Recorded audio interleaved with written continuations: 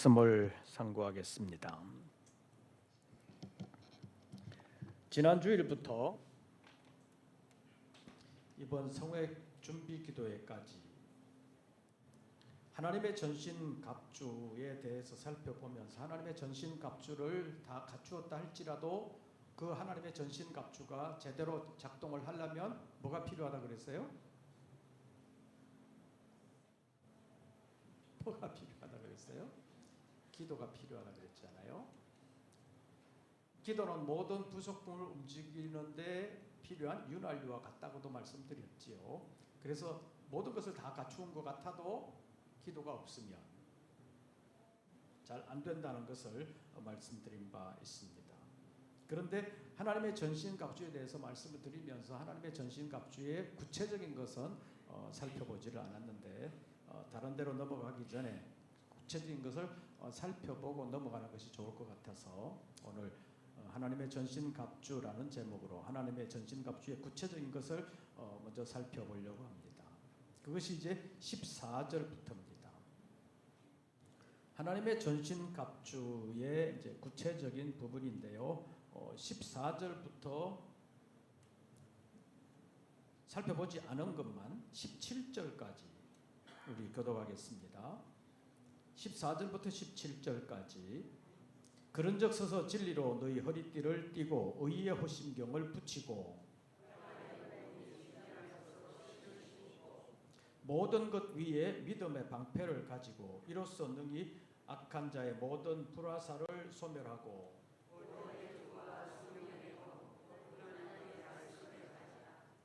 네, 여기까지 살펴봤습니다. 왜냐하면 18절, 19절, 20절은 우리가 이미 살펴봤기 때문에 그렇습니다.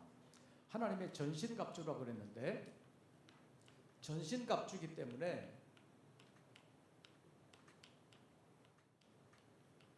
전신을 막을 수 있는 갑옷이라는 말이지요. 갑주라는 말이 있기 때문에 머리끝부터 발끝까지 우리를 막을 수 있는 갑옷, 그것을 전신갑주라고 그러는데 가장 먼저 뭐가 나와요? 14절에 보면 그런즉 서서 가장 먼저 허리띠가 나오는데 무슨 허리띠? 진리의 허리띠.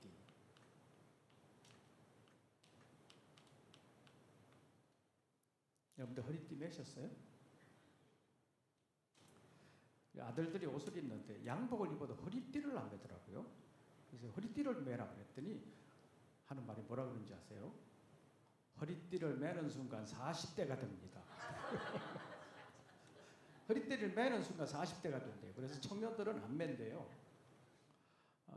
안 매는 게 뭐 유행인지 어떤지는 모르겠지만 요즘은 허리띠 안 매는 사람들이 많아졌다고 볼 수 있습니다. 그런데 성경 시대로 보면 구약 시대든 신약 시대 때든 허리띠 안 매고는 못 살았습니다. 그쪽 사람들하고 우리나라 사람들하고 옷 모양이 좀 다르기는 해요. 그래도 이렇게 묶어 매는 습관은 비슷하다고 볼 수 있습니다. 우리 옷들도 뭐 한복이나 아니면 일상복이나 아니면 일복이나 간에 옛날 옷들은 허리띠를 안 매면 안 되잖아요. 묶어야 되잖아요. 지금 같은 허리띠는 아니지만 끈으로 이렇게 묶어야 뭔가 할 수 있습니다.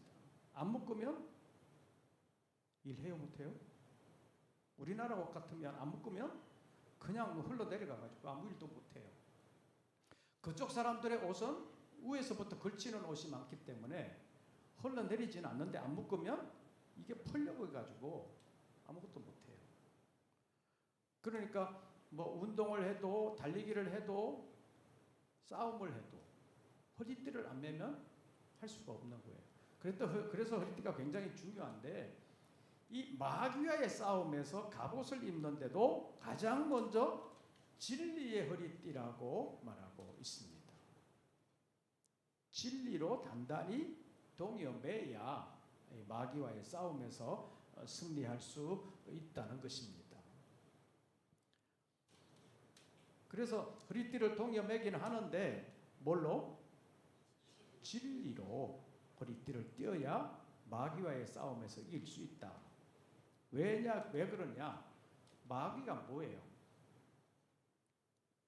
마귀가 제일 잘하는 게 뭐예요? 이 마귀와의 싸움이기 때문에 마귀는 제일 잘하는 게 거짓말이에요. 요한복음 8장에서 예수님께서 너희는 너희 아비 마귀를 따라서 한다고 말씀하시면서 마귀는 처음부터 살인한 자요. 진리가 그 속에 없으므로 진리에 거하지 아니할 뿐만 아니라 거짓을 말할 때마다 제 것으로 말한다. 거짓을 말할 때마다 제 것으로 말한다는 것은 뭐냐면 거짓을 말하는데 전혀 이상하지 않다는 거예요.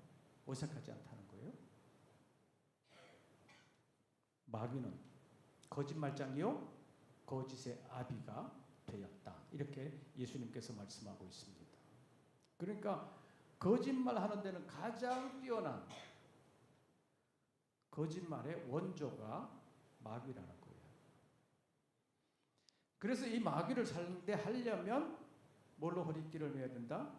진리로 허리띠를 매야 된다. 이렇게 말할 수 있습니다. 그래서 이 진리가 없이는 마귀를 상대해서 싸울 수가 없기 때문에 가장 먼저 진리의 허리띠를 매보라고 말씀하고 있습니다. 인류 역사상 최초의 죄를 지은 사람이라고 말할 수 있는 에덴 동산의 아담 하와가 왜 죄를 짓게 됐냐? 얘한테 속아서 그렇잖아요. 얘가 이걸 했잖아요. 그런데 그걸 간파하지를 못했잖아요. 그래서 속아 넘어간 거잖아요. 얘가 뭐라 그랬어요? 하나님이 동산 모든 나무의 실과를 먹지 말라고 했냐? 그렇게 물으니까 묻는 것 자체가 완전히 쪽집게로 해가지고 딱 OX로 풀 수 있는 그런 문제를 내면 아니 그렇게 할 텐데 약간 이렇게 돌려서 내니까 헷갈리잖아요. 그러니까 대답을 제대로 못하는 거잖아요. 그래서 결국 마귀의 속임수에 넘어가게 되어서 인류 최초의 범죄는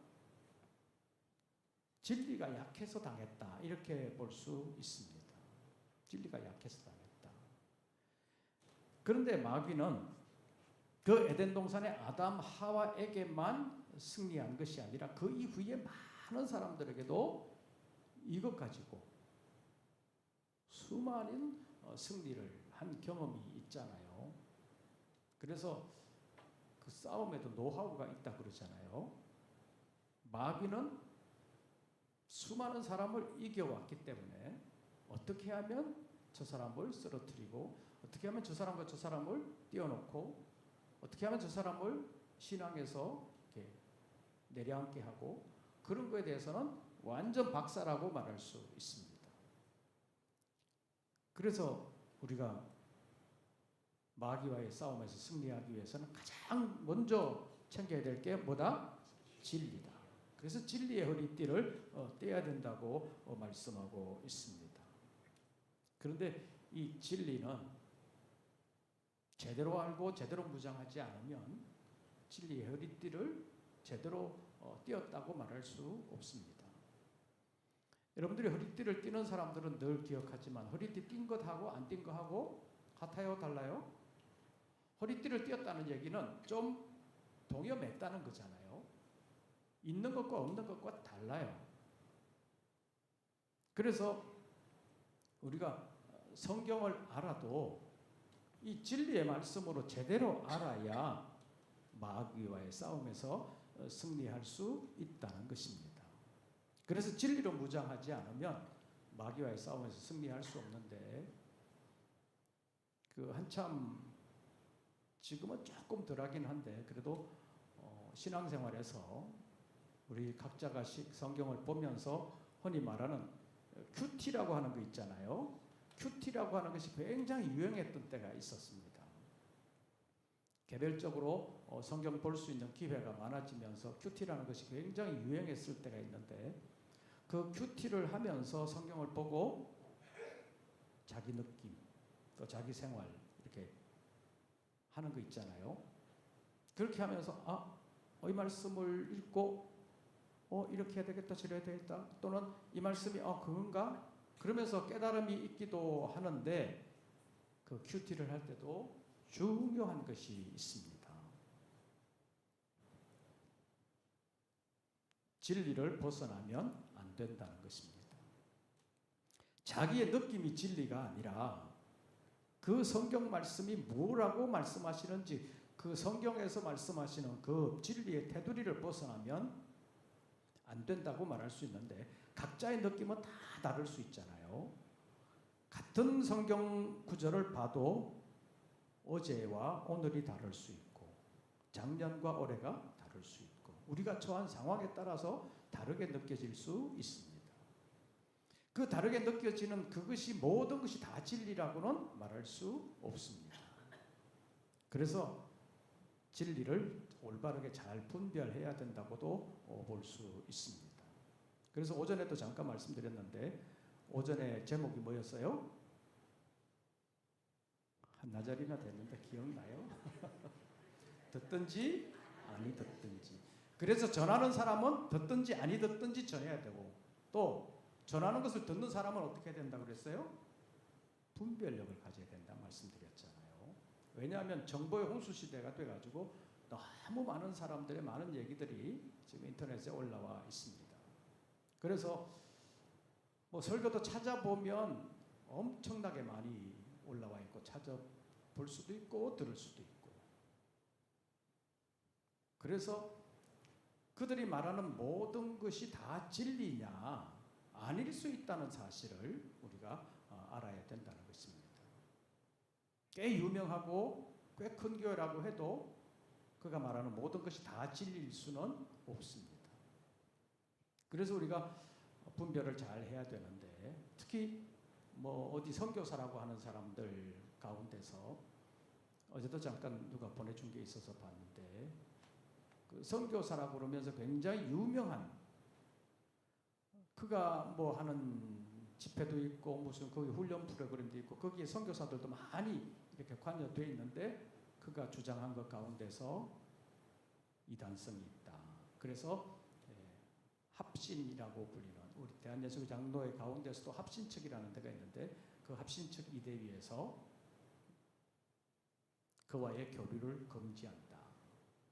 그러면서 이제 하는 게 있는데, 개인적으로 보면 엄청 훌륭한 것 같고 엄청 생활도 검소하고 뭐 모든 면에서 도움이 되는 것 같은데, 이 면에서 보면, 이 진리라는 면에서 보면 성경을 가지고 하는데 진리는 아니다, 이렇게 판단을 한 거예요, 그 교단에서. 그래서 이 진리라는 것이 굉장히 중요하다고 말할 수 있습니다. 그래서 우리가 기도를 하는 것도 성경을 보는 것도 우리 신앙생활에 있어서 이 진리에 의해 선다는 것이 정말 중요하다는 사실을 알아야 합니다. 그런데 내가 진리에 섰는지 안 섰는지 우리 스스로는 잘 모를 수 있잖아요. 왜냐하면 자기를 늘 돌아보지 않는 사람은 나는 잘못될 수 있다고 생각을 안 하잖아요. 내가 기도해가지고 어떤 느낌을 받으면 이게 하나님의 응답이다, 이렇게 생각하는 경향이 많잖아요. 그래서 진리에서 조금 벗어나도 벗어난 줄을 모르고 사는 경우가 많고, 그래서 조금 더 가다 보면 많이 벗어났는데도 잘 모르는 경우도 있을 수 있습니다.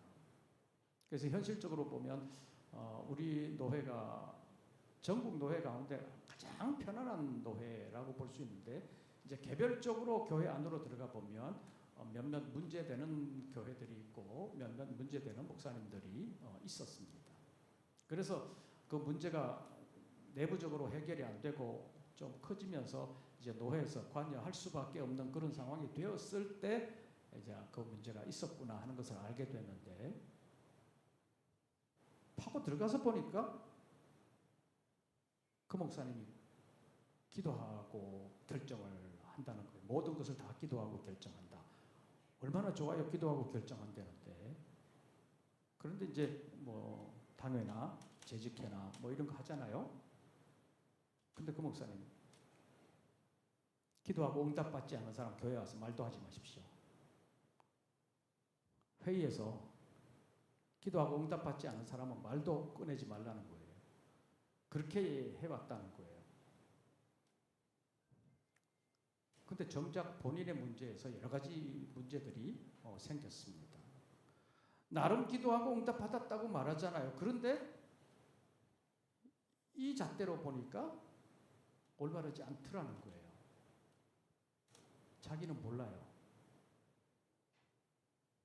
그래서 진리가 중요한 거예요. 지난번에도 잠깐 말씀드렸었는데 많이 맞으면 10중 8구라 그랬잖아요. 10중 8구는 맞는데 그럼 얼마 안 맞아요? 10중 1, 2는 안 맞는다는 얘기잖아요. 아무리 기도하고 해도 안 맞을 수가 있어요. 왜냐하면 사람은 완벽하지 않으니까. 그리고 자기 느낌이 항상 하나님의 뜻은 아니니까. 그래서 안 맞는 경우가 있는데 맞는 것만 잘 보이잖아요. 안 맞는 거는 본인도 잊어버려요. 그래서 맞는 것만 생각하면서 이렇게 가면 맞다 이렇게 끌려가다 보면 결정적인 순간에 자기가 크게 실수할 뿐만 아니라 자기를 따르는 사람들도 함께 실수하게 만드는 그런 경우가 있는데 그게 크게 되면 이단이라고 그러고 크게 나타나지 않으면 그냥 그대로 그냥 끌고 가는 경우가 많이 있습니다. 그래서 우리가 마귀와의 싸움에서는 가장 중요한 것이 진리의 허리띠를 떼어야 된다는 것입니다. 그래서 진리를 분별해야 된다고 말할 수 있습니다. 그래서 하나님의 전신갑주 가운데 첫 번째가 뭐예요? 진리의 허리띠. 14절 말씀 다시 보시죠. 그런즉 서서 진리로 너희 허리띠를 띠고 그 다음에 의의 호심경을 붙이고. 의의 호심경. 이렇게 말하니까 뭐 이렇게 한자로 다 써놔가지고 의라는 것으로 호심경. 쉽게 말하면 요즘 번역으로 또 다른 성경에 보면 새 번역 같은 데서 보면 정의의 가슴막이 이렇게 표현을 했는데 전신을 지키는 갑옷의 부분으로 보면 머리에는 뭘 써야 된다고 그랬어요? 투구를 쓰잖아요. 그 다음에 밑으로 내려오면 그 다음에 이게 이제 호심경이라는 거예요. 가슴막이라고 그랬는데 이 가슴막이라는 것이 여기만 말하는 것이 아니고 갑옷은 머리 위에서부터 요 밑에 다리 위로는 다 막는 것이 옛날 갑옷이잖아요. 그러니까 이게 굉장히 중요한 거예요. 중간에 모든 부분을 다 막는 것. 그러니까 머리 밑에 어깨, 가슴, 배, 허리, 엉덩이까지 막는 게 이 호심경이라는 거예요. 그 옛날 갑옷은 머리에는 투구를 쓰고 그 다음에는 옷을 입어가지고 여기를 이제 지키게 되는데 그 대부분이 이 호심경이라고 말할 수 있습니다.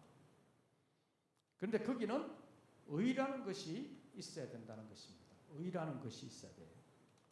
의가 없으면 가슴에 의가 없으면 제대로 싸우지를 못한다는 것입니다. 그게 뭐냐면 우리가 싸울 때 확신이 필요한 거잖아요. 운동 경기에 임하는 운동 선수들도 보면 운동 경기에 출전하기 전에 기도하는 사람도 있고 뭐 이렇게 명상하는 사람도 있고 뭐 그런데 전에 한번 TV에 나왔다 그러는데 출전하기 전에 중얼중얼 하고 이렇게 출전을 한 사람이 있었는데 뭐라고 하냐 TV로 봤더니 나는 할 수 있다. 나는 할 수 있다. 계속 그렇게 얘기하다가 나가서 경기를 했다는 거예요. 왜 할 수 있다고 그러겠어요? 나는 못한다. 이번에 못할 것 같은데 그런 생각이 들면 자기 기량이 있어도 기량 발휘를 못한다는 거예요. 그래서 할 수 있다 하는 확신을 가지고 하면 자기 기량 발휘를 할 수 있는데 할 수 없다, 불안하다 그러면 기량이 있는데도 불구하고 제 기량을 제대로 발휘를 못한다는 것인데, 이 싸움에서도 마귀와의 싸움이잖아요. 이 마귀와의 싸움에서 나는 질 수 있다, 질 수 있다 이렇게 생각하면 아예 상대가 안 되는 거예요. 얘는 경험이 너무 많잖아요. 에덴 동산에서부터의 경험을 같이 가지고 있잖아요. 우리는 길어봐야 100년인데 얘는 유구한 역사를 가지고 있고 수많은 경험들을 가지고 있잖아요. 그러니까 틈을 보이면 뭐 싸울 것도 없다고도 볼 수 있습니다. 그래서 의의 호심경에서 의라는 것이 굉장히 중요한데, 이 의에 대해서 할 말이 많은 사람들이 아마 유대의 바리새인들이었다고도 볼 수 있습니다. 유대인의 바리새인들, 그 의가 정말 대단한 의라고 볼 수 있습니다. 인간적인 관점, 외형적으로만 보면 완벽하다고 말할 정도로 의로운 사람들이에요. 성경 모르는 거 없지요. 요즘식으로 하면 기도 잘하지요. 금식도 하지요. 헌금도 잘하지요. 못하는 게 없어요. 그래서 바울도 바리새인으로 살았던 그때의 자기 자신에 대해서 율법의 의로는 뭐가 없는 자다? 흠이 없는 자다 이렇게 말하잖아요. 율법의 의로는 흠이 없는 자다. 의로 따지면 흠이 없는 자다. 인간적인 관점에서 보면 흠이 없는 자다 이렇게 말할 수 있는 정도로 유대인들의 의, 바리새인들의 의가 대단한데, 나중에 예수 그리스도를 만나고 보니까 아니었다는 거예요. 우리 성경 한번 찾아보겠습니다. 로마서 제 10장.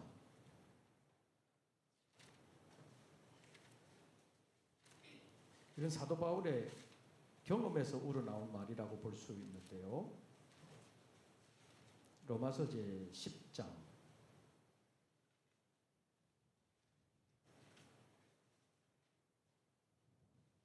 자기 형제들, 동족들, 어쩌면 자기와 활동했던 그 사람들을 위해서 하나님께 기도하는 것이라고 볼 수 있는데, 제가 2절을 읽으면 여러분들이 3절을 읽어주시기를 바랍니다. 로마서 10장 2절을 제가 읽습니다.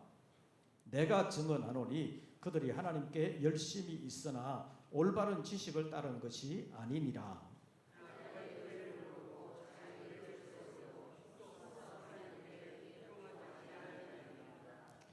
유대인들, 특히 바리새인들의 의가 대단하다고 말씀드렸는데, 인간적으로 보면 흠이 없는 자들이라고 말할 수도 있는데 돌아보니까 아니라는 거예요. 자, 2절 보십시오. 내가 증언하노니 그들이 하나님께 뭐가 있으나 열심히 있으나 뭘 따른 것이 아니니라. 올바른 지식을 따른 것이 아니니라.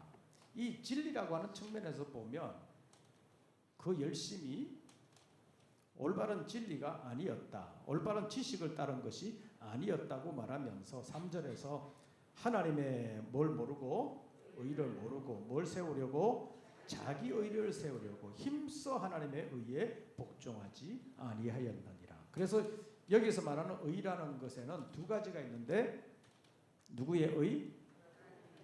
하나님의 의. 그 다음 자기 의, 사람의 의입니다.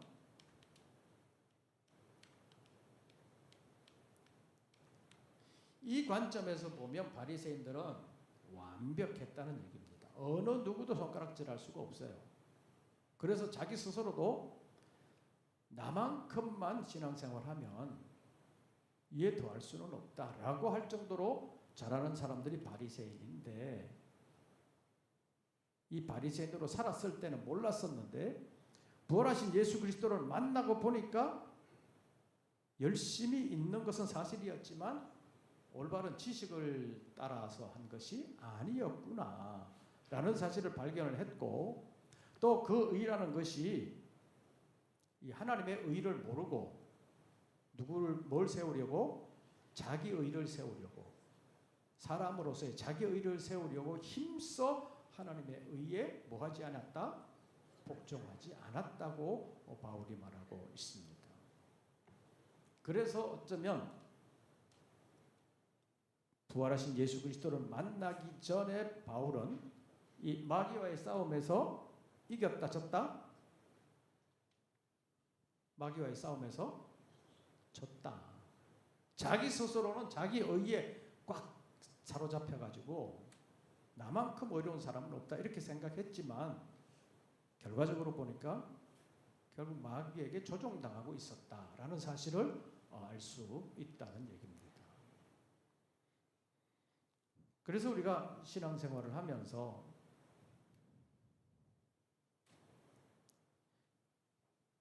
이 하나님의 의 이것을 제대로 알아야 될 뿐만 아니라 이 사람의 의도 제대로 알 필요가 있다는 것입니다.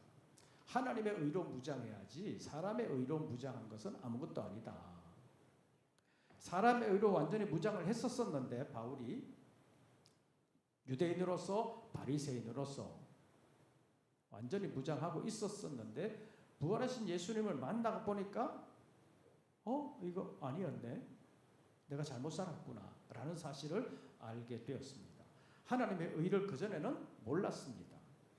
성경에 대해서 정말 잘 아는 사람들이잖아요. 바울은 특히 그 당시에 유명한 교수라고 말할 수 있는 가말리엘의 문화에서 배운, 요즘식으로 말한다면 좋은 학교, 좋은 교수 밑에서 배운 사람이기 때문에 장래가 촉망되는 율법학자였다고 볼 수 있습니다. 성경에 대해서도 아주 잘 아는 사람이라고 말할 수 있는데 나중에 돌아서서 보니까 내가 뭘 몰랐다? 하나님의 의를 몰랐다. 하나님의 의를 모르고 자기 의를 세우려고 힘써 하나님의 의를 복종하지 않았구나. 바울이 얼마나 힘썼어요. 자기 동네만이 아니라 예수 믿는 사람들 잡아오려고 이웃 나라까지 가던 사람이잖아요. 그만큼 열심히 있는 사람이었는데 깨닫고 보니까 그게 하나님의 의가 아니었구나. 자기 의를 세우려고 한 것이었구나 라는 사실을 알게 되었다는 것입니다. 이제 이랬을 때 마귀가 잘못 살았잖아 이렇게 얘기하면 할 말이 없다고 말할 수 있습니다. 그래서 의의 호심경을 붙였다는 것은 뭘 말하느냐 하면 이 하나님의 의로 무장을 하면 마귀가 아무리 속삭거리든지 아니면 무슨 말을 하더라도 하나님의 의에 있는 사람은 마귀를 두려워하지 않을 수 있다는 것입니다. 여러분들도 신앙생활을 하면서 뭔가 하나님 앞에 서려고 그러면 좀 주저스러울 수도 있고 좀 두려울 수도 있고 그러잖아요. 왜냐하면 우리는 완벽한 사람이 아니기 때문에 다 허물이 있습니다. 허물이 있는데 하나님 앞에 서려고 그러면 좀 그런데 이 마귀는 그걸 이용하잖아요. 쉽게 말하면 네가 평생 예수 믿는다고 해봐라. 나중에 죽기 전에 예수 부인하고 그냥 지옥 갈 수도 있지 않냐. 너 잘못한 거 많잖아. 그렇게 얘기하면 그런가? 그럴 수도 있잖아요. 근데 의의 호심경을 붙인다는 거, 하나님의 의로 무장한다는 건 뭐냐면 사람의 의로 하면 하나님 앞에서 인정받을 거 없습니다. 왜냐하면 사도 바울 같은 경우를 보면 정말 완벽한 사람인 것 같았었는데 하나님의 의 입장에서 보니까 이거는 아무것도 아니었다는 거잖아요. 그러니까 마귀는 네가 아무리 그렇게 열심히 해도 결국에는 그냥 버림받고 하나님께 벌받을 수도 있다. 그렇게 말하면 마귀와의 싸움에서 승리할 수 있는 사람이 없습니다. 그런데 하나님의 의로 무장하면 어떻게 되냐? 예를 들어서 우리가 죄를 지었어요. 알아요. 우리도 알아요. 그런데 우리가 죄를 지었을 때 어떻게 하라고 그랬어요? 성경은 하나님께 자복하고 하나님의 용서를 구하라 그러잖아요. 하나님께 나아가서 나 이런 죄인입니다. 죄를 지었습니다. 그리고 하나님께 용서를 구하면 하나님이 용서해 주신다고 그러잖아요. 그러면 마귀가 너 죄 지었잖아. 그러면 그래 나 죄 지었어. 어떡하라고. 그래도 하나님이 용서해 주신대잖아. 하나님이 끝까지 나를 지켜주신대잖아. 그렇게 말하면 마귀가 할 말이 없잖아요. 조금 앞으로 가서 우리가 로마서 10장을 찾았으니까 조금 앞으로 가서 로마서 8장을 보시죠.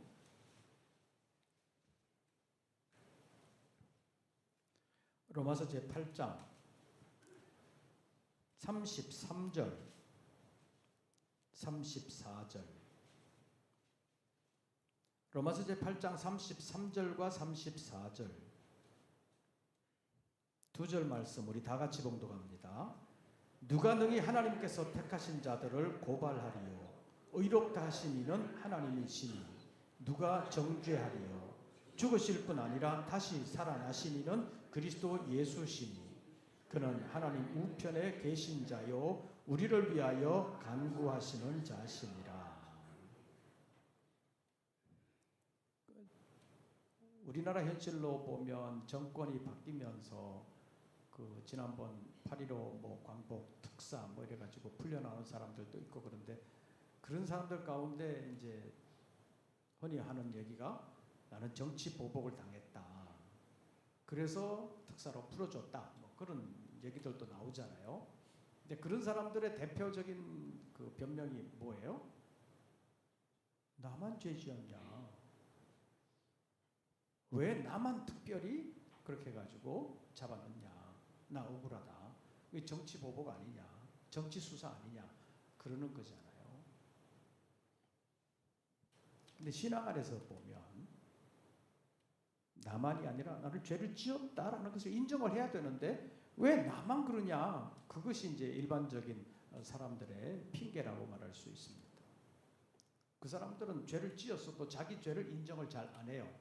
나만 죄 지었냐? 다 처벌하는 것도 아닌데 왜 나만 처벌하냐? 그렇게 말하는 거예요. 그런데 하나님의 의는 그런 게 아니라는 거예요.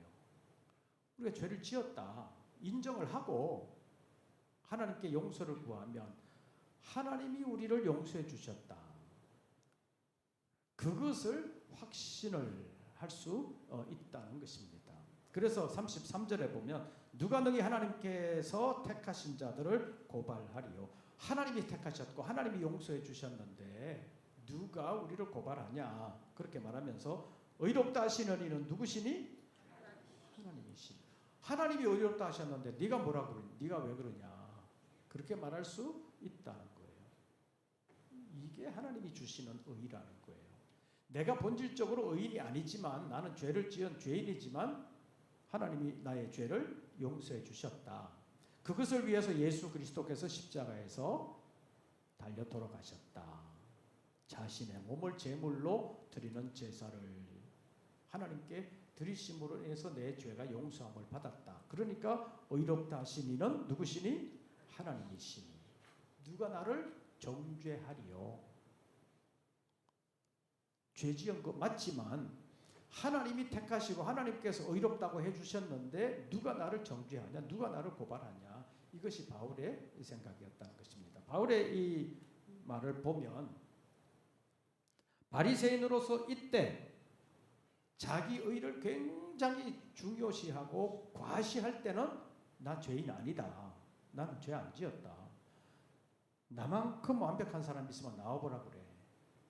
그 정도까지 했던 사람인데 이 하나님의 의를 발견하고 보니까 이게 아무것도 아니라는 거예요. 하나님 앞에서는 죄 없는 사람이 없다는 거예요.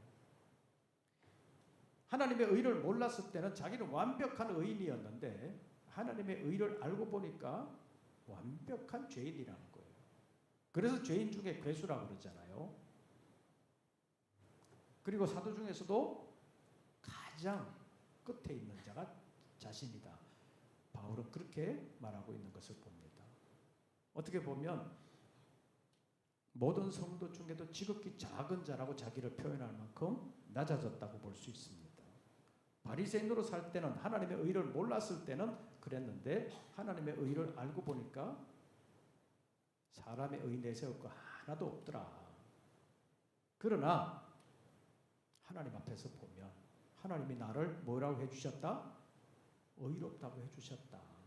그러니까 이 마귀와의 싸움에서 보면 하나님의 의로 무장하면 언제나 담대하게 나갈 수 있다는 것입니다. 마귀가 네가 숨겨놓은 죄 나 안다 그렇게 말하면 사람 앞에서는 꼼짝 못하잖아요. 그거 탄로날까 봐 말을 못하는데 이 하나님 앞에서 보면 그래? 나는 하나님 앞에서 그거 다 고백했어. 용서받았어. 그리고 그 하나님이 나를 예수 그리스도로 말미암아 구원해 주셨고 여러 가지 허물이 있지만 앞으로도 실수할 수 있고 죄를 지을 수 있지만 하나님이 나와 함께 하셔서 마침내 영원한 하나님의 나라까지 나를 인도해 주신다라는 사실을 확신하게 되면 이 마귀가 아무리 의심을 불어넣어도 불신을 집어넣어도 의롭다 하신 이는 하나님이시다. 누가 나를 고발하겠냐? 누가 너를 정죄하겠냐? 네가 아무리 얘기해봐도 하나님이 내 편이시다. 그렇게 무장하면 이 마귀와의 싸움에서 이길 수 있다는 것입니다. 그래서 사람으로 무장하는 것이 아니라 하나님으로 무장을 하면 마귀와의 싸움에서 승리할 수 있다는 것을 말씀하고 있습니다. 그래서 진리의 허리띠를 띨 뿐만 아니라 의의 호심경을 붙이되 하나님이 나를 불러주셨다. 그리고 나의 죄를 용서해 주셨다. 하나님이 나를 영생으로 영원히 복된 하나님의 나라로 인도해 주신다. 그런 믿음이 있을 때 흔들리지 아니하는 믿음을 가지고 갈 수 있다고 볼 수 있습니다. 바울의 삶에서 보면 이때는 큰 소리치며 살았지만 하나님 앞에서 보니까 아무것도 아니었고 하나님의 의로 시작해서 보니까 고생 진짜 많이 했습니다. 지난번에도 말씀드렸잖아요. 고린도후서 11장에서 쫙 나오는 거 고생한 목록이 쫙 나오는데 엄청나게 고생했잖아요. 그럼에도 불구하고 그런 고생만 보면 이 입장에서 보면 다시는 덧정 없다고 할 정도로 고생이 헛수고한 것처럼 내가 그 고생하려고 뭐 이렇게 살았냐 그렇게 생각이 들 정도의 고생이지만 이 하나님의 의 입장에서 보면 아니더라는 것입니다. 그렇게 고생을 했었어도 나 후회한다 이렇게 말하지 않습니다. 한번 찾아보죠. 디모데후서 제4장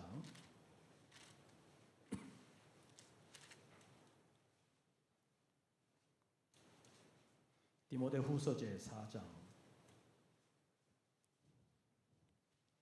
6절, 7절, 8절입니다.